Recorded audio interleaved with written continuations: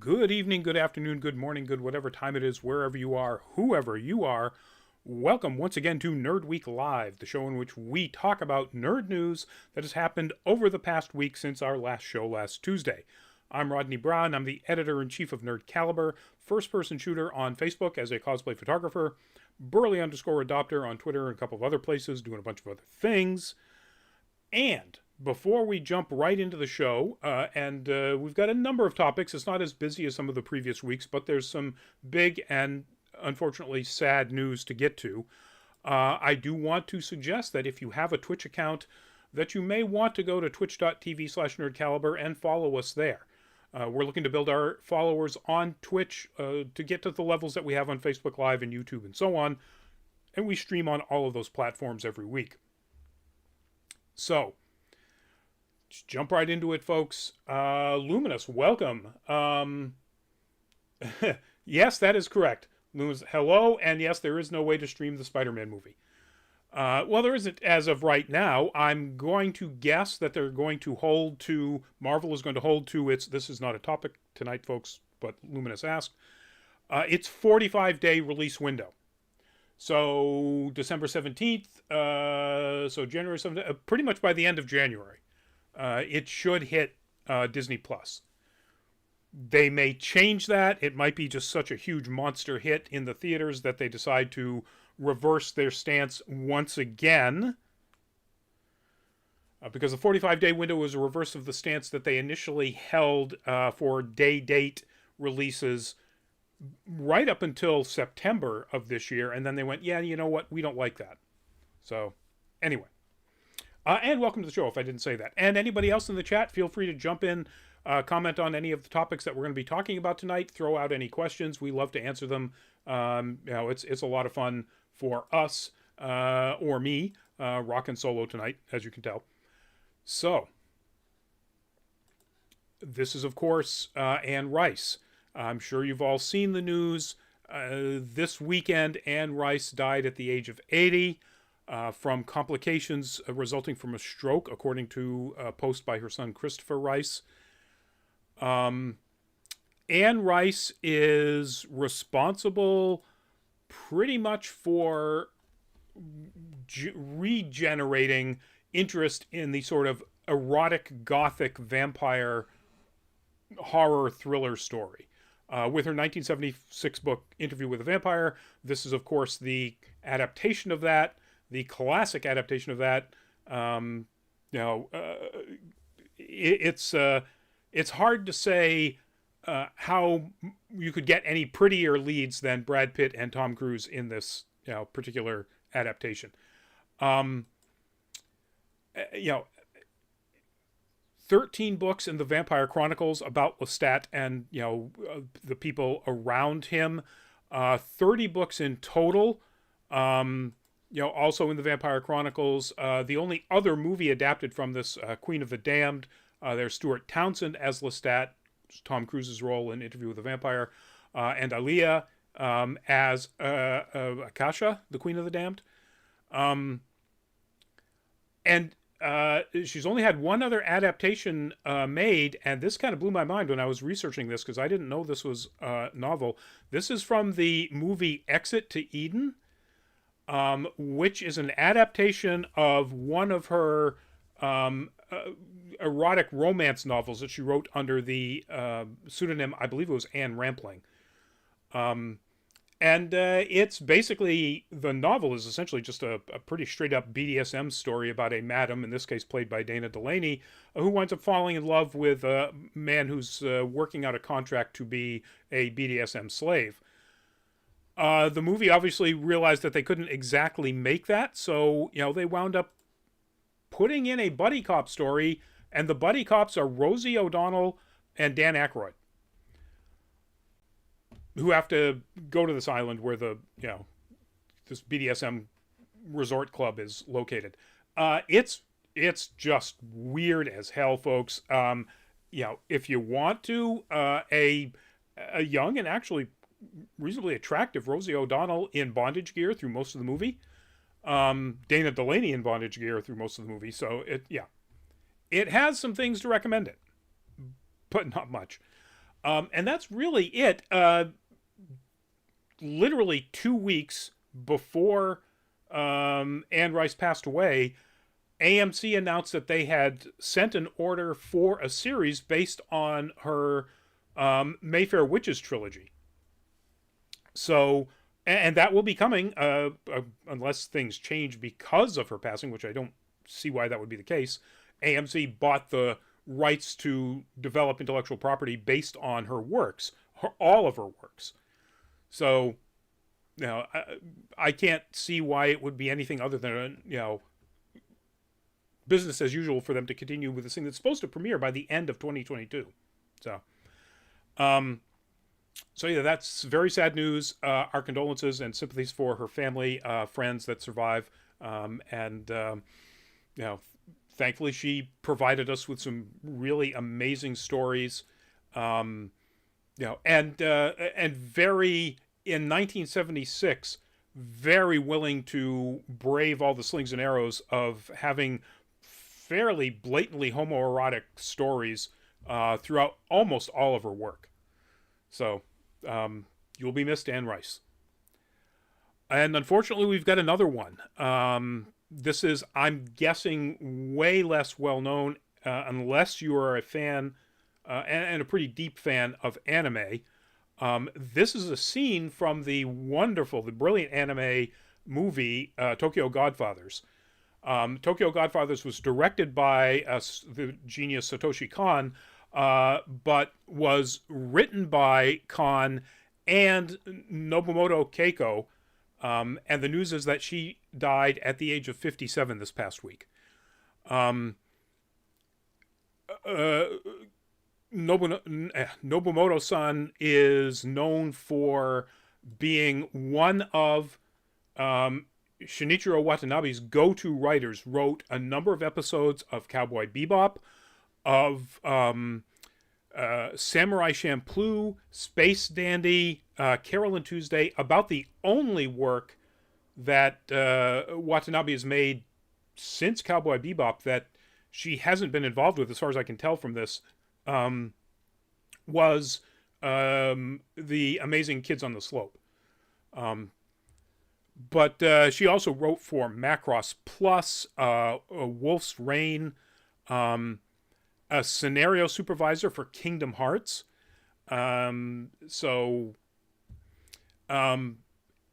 Apparently, and this is terrible, she died, say, December 1st after a battle with esophageal cancer. With the news that we talked about last week with George Perez and, his cancer, his inoperable cancer or untreatable cancer, F cancer, man. Just, it's terrible. So if you've seen any of those animes, you've seen Nobumoto-san's work, and this is a big loss for the anime industry. So again, condolences to all of her family and friends, everyone that survived. That is all of the friends and family that survive. And it's a tough week, folks. And there are other people that inside and connected to the entertainment industry that passed away this past week that aren't technically really in the nerd sphere, so I haven't included them, but it's been a tough week overall for the entertainment industry, not just the nerd side of it. And with that, let's move on to something that's a little bit more upbeat. This is Glitch Cause, cosplaying as Mega Man. I think this was back in 2015. The amazing Mega Man armor blaster and all the other stuff that he made himself. Incredible talent as a crafter. The news is that Mega Man is going to be getting a live-action movie from Netflix, which is kind of news and kind of not. So this has been in the works with this Chernin Entertainment company since 2015. Back in 2018, Capcom announced that it would in fact be a live-action film. But then that there's been nothing about it. Well, apparently in an interview recently, Henry Joost and Rel Schulman, who are the two people involved mostly with Shrinen Entertainment, said that features in the works for them include an adaptation of Capcom's Mega Man and Netflix, which they wrote and are directing. So I guess that's more solid confirmation. That doesn't say that it's any further along than what we heard in 2018. That I guess it's just confirming that it is still in the works. I'd like to think, with 3 years under their belt, that it is in fact further along. But there's nothing in there about any sort of time frame, or when we might see it, who would be cast in it, anything like that. So good news, but we'll have to see when we get any more solid information on this upcoming Netflix Mega Man live action. Speaking of Netflix and live action, I'm sure you've seen this already, folks. Netflix has canceled Cowboy Bebop after one season, after leaving it at a huge cliffhanger. Well, not cliffhanger so much as, clear indication that there is much more story to be told.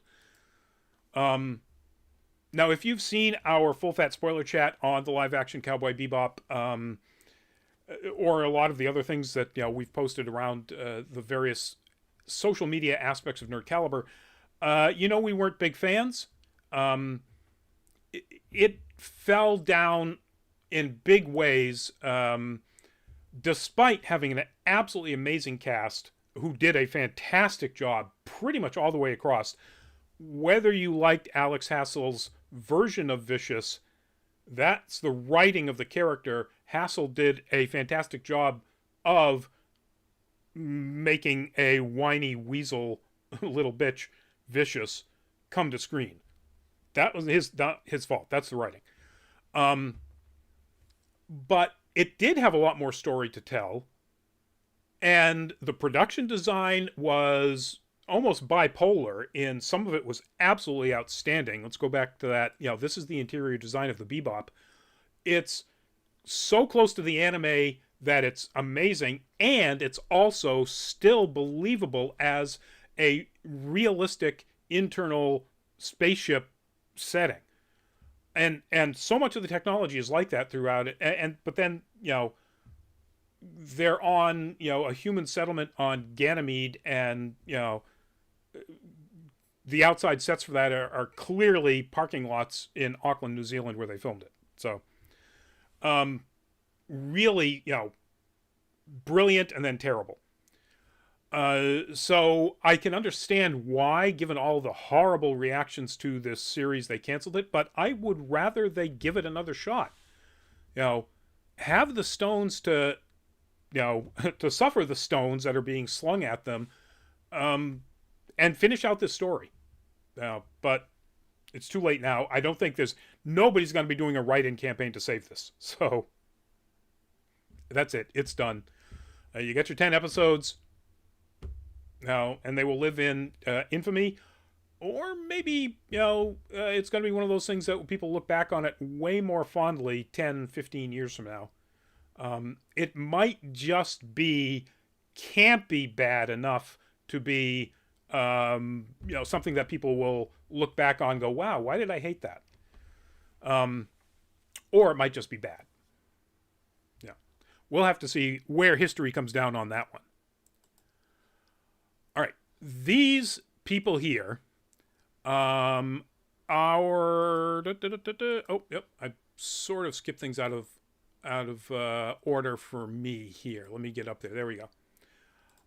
These are the three people that are behind the upcoming CW series Gotham Knights. They are, from right to left, James Stodaro and Chad Fiveash. I'm not sure that's how his name is pronounced. They are executive producers on Batwoman, and all the way to the left is Nikki Holcomb, who is executive story editor. Natalie Abrams is executive story editor on Batwoman.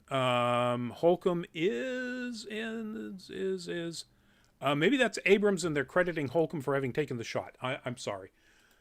I'm going to go with that's Abrams. Because these are all Batwoman or Batwoman staffers that are producing this show Gotham Knights. Now, the reason I chose that photo from Deadline as opposed to an image of, say, the upcoming game Gotham Knights is that, according to this description, it has nothing whatsoever to do with the characters in that game or the story of that game. The story here is, in the wake of Bruce Wayne's murder, okay, in that case it's similar, his, quote, rebellious adopted son forges an unlikely alliance with the children of Batman's enemies when they are all framed for killing the Caped Crusader.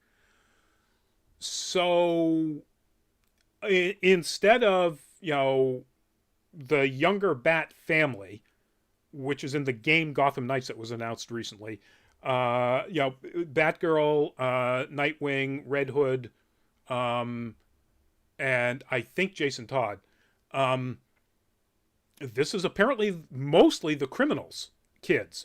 So Duella Dent, I'm guessing, and beyond that, I'm not really sure who actually exists as a child of a villain in the Batman universe that could fit into the story. And I'm also not sure when they said his rebellious adopted son, I don't think that's Damian, because Damian is his son.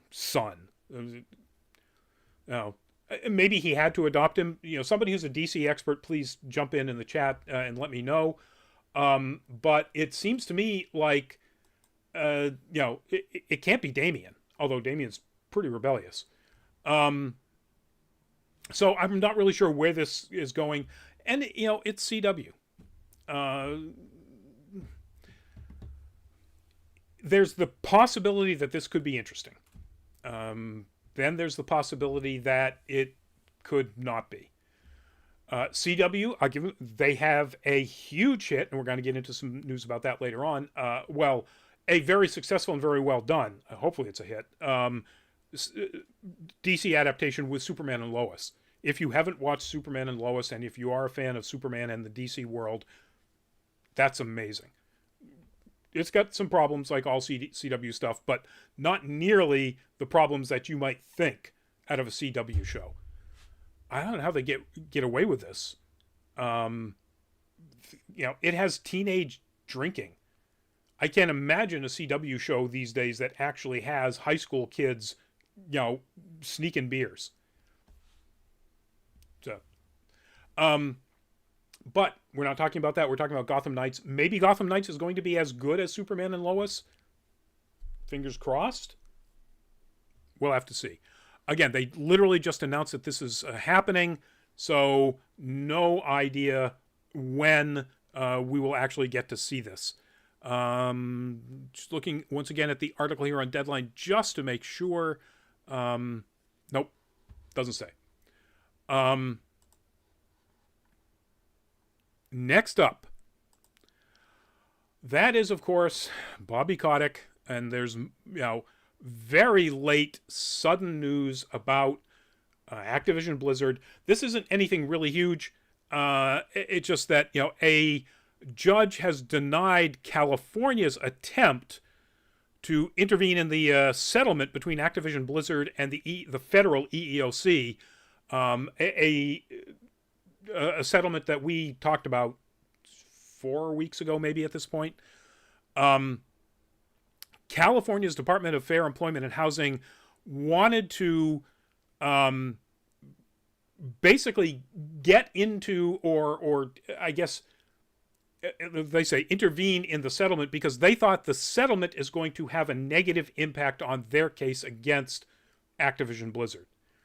And a judge said, sorry, no. And I'm assuming, I don't think it gets into this article, but I'm assuming that the judge's decision was based on the fact that, you've got the case the EEOC brought against Activision Blizzard, and that's federal, and the California case is state, and there's just, other than the fact they're on the same subject, there's no overlap. So California's suit continues, and we'll see where that stands out, and Bobby Kotick is still the CEO of Activision Blizzard, and he needs to be fired. Just hands down, no question. All right, I wanted to get that out of the way before we started getting into any of the trailers, and pretty much the rest of it is trailer stuff. We got our first look at Mads Mikkelsen as Grindelwald in Fantastic Beasts 3, or Fantastic Beasts: The Secrets of Dumbledore. The trailer makes this movie look light years better than Fantastic Beasts 2, which was just terrible. Maybe even better than 1, which was good but not outstanding. And all of this is colored in the fact that, J.K. Rowling's going to make money off this because it's intellectual property that she, has licensed the rights to. So, I don't know, do we want to support this or not? No, we don't. We don't want, to support anything that puts more money in our pockets.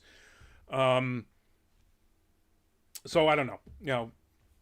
Watch it at your discretion, knowing that you're giving money to, a rabidly transphobic turf. Yes, Luminous, trailers. But if you do want to do that, let's see. Do we have a release date? April. So not a date, but a month. And not that far in advance. So coming out in April if you do want to go see it. The trailer for season 2, which hits in January, of Superman and Lois, callback here, dropped, and it looks really good. It continues to hold up the both the special effects, the appearance of Superman. Tyler Hoechlin kills it in season 1, and looks like he's going to continue to do so in season 2. It continues with a little bit of the CW drama stuff. And honestly, I liked that about the first series. It was a family drama. It was Superman meets One Tree Hill. Done better than, a lot of recent versions of either of those stories. And it was really good. So they seem to be ramping up, like there seems to be more marital issues with Clark and Lois. We'll see where they go with this. There's no real indication of what the big bad is yet, because the first one had a really hugely potentially impactful major villain, and where they grow from that. When you got somebody who's kind of going to destroy the entire Earth. I don't want to give away the plot, but, it's bad. And introduces a lot of characters from the Superman mythos' past. Where do you go? Luminous, we'll get to that in, I believe, literally just a few minutes. So yeah, if you're a fan of Superman and Lois, go check out this new trailer. It's really solid. Makes me really excited for the next season. I really enjoyed season 1. Again, if you're a Superman fan, if you're a DC fan, this is the best thing CW has going in the DC universe right now. And probably will be until Naomi drops. I'm waiting for that. All right. So Luminous says, today I saw the trailer for Everything Everywhere All at Once with Michelle Yeoh. More multiverse goodness with some Sense8. This is a screenshot from said trailer. This blew my mind. It is Michelle Yeoh as a, I guess middle-aged is an appropriate term, Chinese immigrant woman, who discovers apparently that her husband, or a man who claims to be her husband from another parallel universe, is trying to get her to help him find his version of her. And it is a multiversal tale that is, according to what it looks like here, absolutely every bit as weird as Into the Spider-Verse, and more so. It sold me on the performances right out of the gate. Like in the first few seconds of the trailer, Michelle Yeoh was amazing. Then a few seconds in, there's she's dealing with a clerk across the desk about some sort of, I'm not sure what, filing some sort of paperwork. And I'm like, wait a minute, is that Jamie Lee Curtis? Sure enough, it is. And then a few seconds later into the trailer, you just get a real quick sense of Michelle Yeoh kung fu fighting Jamie Lee Curtis. And like, sold, done, sign me up, I'm in, I don't care what else this says. And then it just gets wilder from there, and it has so much wonderful stuff. I'm going to butcher his name. The husband is played by Keiko Kwan, who hasn't been in a movie since 2012, but we remember him most as Short Round from Indiana Jones and the Temple of Doom, or Data from the Goonies. And he's awesome. Just watch this trailer. It was one of those, I know that guy. Why do I know that guy? And then as soon as I looked up the IMDb listing, I was just, you're kidding me. I haven't seen a trailer that's made me more excited for something I knew nothing about in a long, long time. Jenny Slate, Stephanie Hsu, Harry Shun Jr., James Hong, of course, James Hong. Just so wild and trippy. So these are the two directors, or the director is Daniels, is the way they are credited. But it's Daniel Kwan and Daniel Scheinert. They did Swiss Army Man with Paul Dano and Daniel Radcliffe. So they do weird, and they do weird really well. But this looks so good. I'm chomping at the bit for this. Michelle Yeoh is amazing. Love Michelle Yeoh and everything. Jamie Lee Curtis. It's just, please get this in the theaters as fast as possible, which is March 25th. And just for those of us that may still be dealing with COVID then, who knows, who are reviewers and critics, please get us digital screenings. Come on, studios. Just get over yourselves and give us digital screenings. Anyway, look for this trailer, folks. Watch this thing. It's just wild. Very much looking forward to it. All right, next up. You've probably seen this already, particularly if you're a gamer. The Paramount Plus series, Halo live action series, finally dropped a trailer. It really looks like Halo. This is the Master Chief armor that Pablo Schreiber is wearing. We don't get to see Pablo Schreiber's face at all, so it makes me wonder how they're probably going to be doing a Mandalorian thing for most of this. I'm pretty sure we're going to get to see it eventually. But Bokeem Woodbine, just really good looking cast.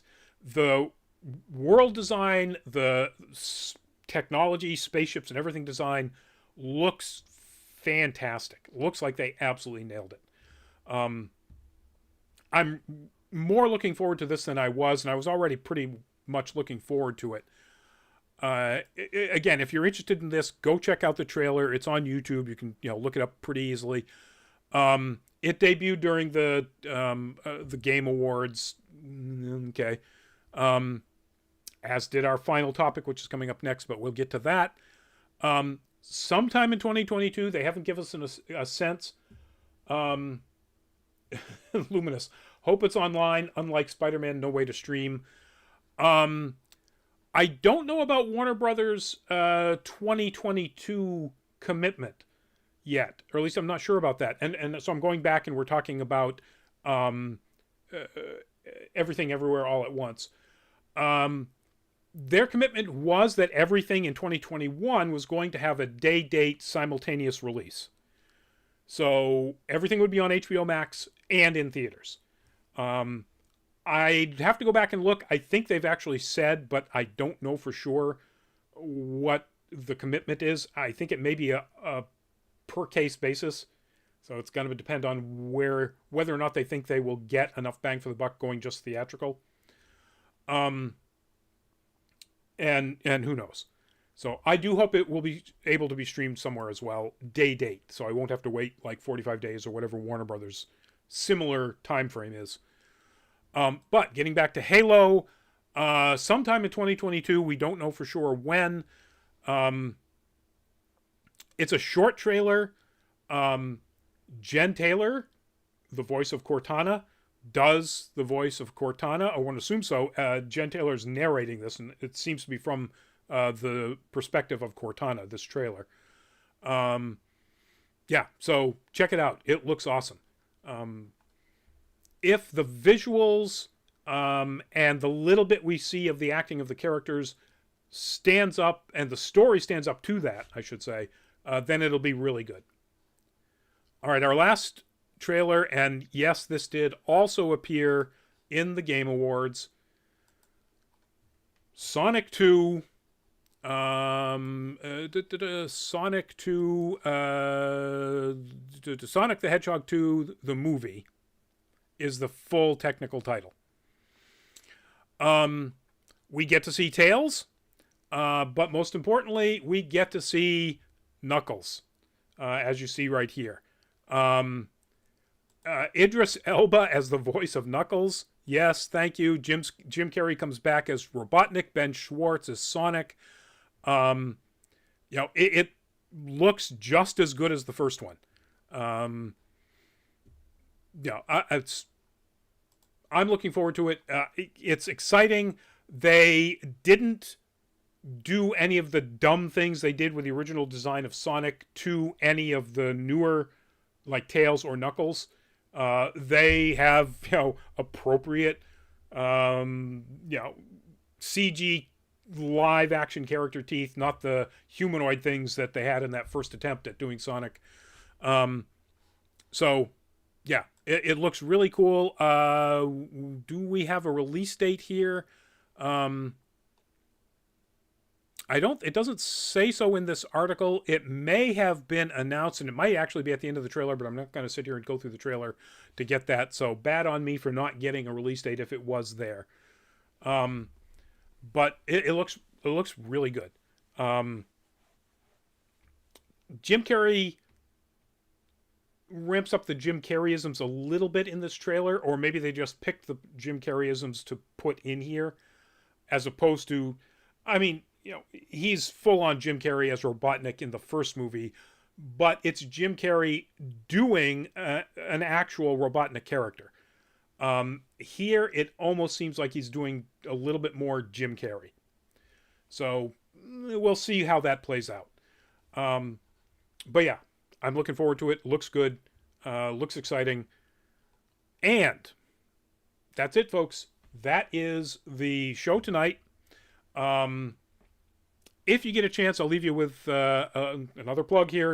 If you get a chance to check out our Patreon page, patreon.com/nerdcaliber, that would be great. If when you do go there, you decide you want to be a patron, we'd absolutely love that.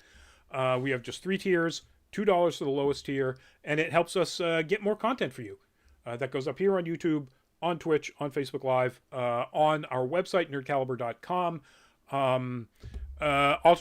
Alternative Couture's latest article about the costuming in the Wheel of Time series is went up today. Let's go check it out. It's really cool.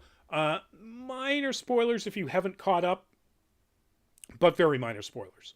It's not plot specific or pertinent stuff. It's literally somebody appears in this costume and then appears in that costume. So pretty minor spoilers. And you know what? I will do this as a could we please or could we not?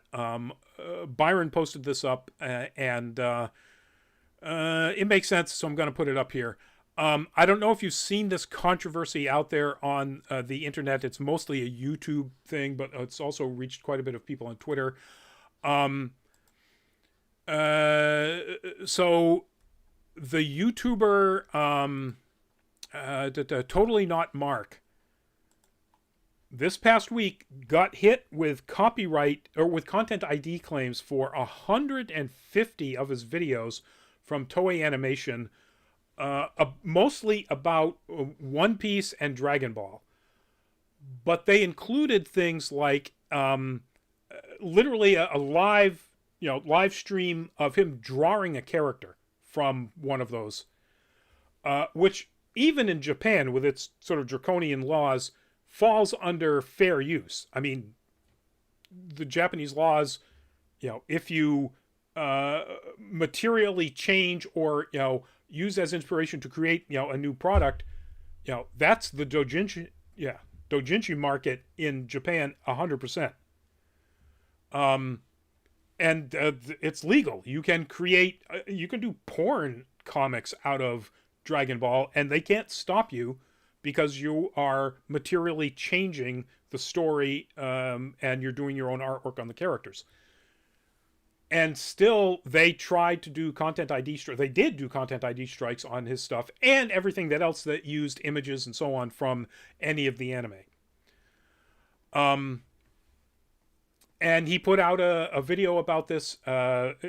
People all over the internet, including us at Nerd Caliber, have basically said, look, Toei, fix this or we're not covering One Piece or Dragon Ball or anything you put out until you do. And that includes big YouTube names like Glass Reflection and so on, big anime YouTubers. And they released I think less than a dozen since then, and mostly the stuff that was drawing, which they realized they actually can't, even in Japan, properly argue that it's something that they have the copyright claim on. So it's still going on, and my could-we is, it's for YouTube. I mean, yeah, Toei, stop it. It's horrible. YouTube, fix your content ID system. It's broken.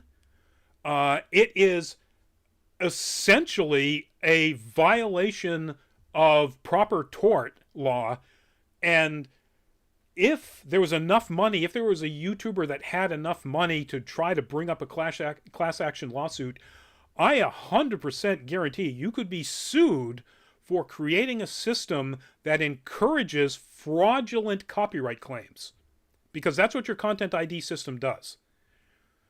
I don't have that kind of money. I don't know who does, but if there's anybody out there listening, file a class action lawsuit against YouTube for its content ID system, or try to, bring a complaint to the Federal Trade Commission, I guess, or the FCC or the Department of Justice or whoever would be in charge of that their system promotes and encourages, and YouTube, don't take this down when we're done, promotes and encourages fraudulent copyright claims. It doesn't just enable it, it promotes and encourages fraudulent copyright claims. It's against the law. And the DOJ should do something about it, or the FCC, or the Federal Trade Commission, or whoever would be in charge of this. And if they don't, YouTube, do the right thing. I know Google, your parent, dropped, your Alphabet, your parent, dropped the do no evil, or don't do evil, thing, years and years and years ago. But, don't do evil. This is evil. You set up a system in which you make money off of people who make videos off of things that they like, that absolutely 100% sit under fair use in the United States. And then in the United States, you allow their revenue, not yours. Your revenue is not affected by the ads that go up against this. Their revenue is taken away by these content ID claims. So fix it. Anyway, that's my rant. Thank you all for joining me tonight, and we will see you at an upcoming show. This Thursday, we're doing our full fat spoiler chat on the Korean thriller horror monster movie Hellbound, which looks really cool. I haven't seen it yet. That's going to be one of the things on my schedule for tomorrow. And then, of course, we'll see you at No Nerd Caliber coming up next week, and Nerd Caliber or Nerd Week Live here next Tuesday. So thank you. Good night. Stay safe.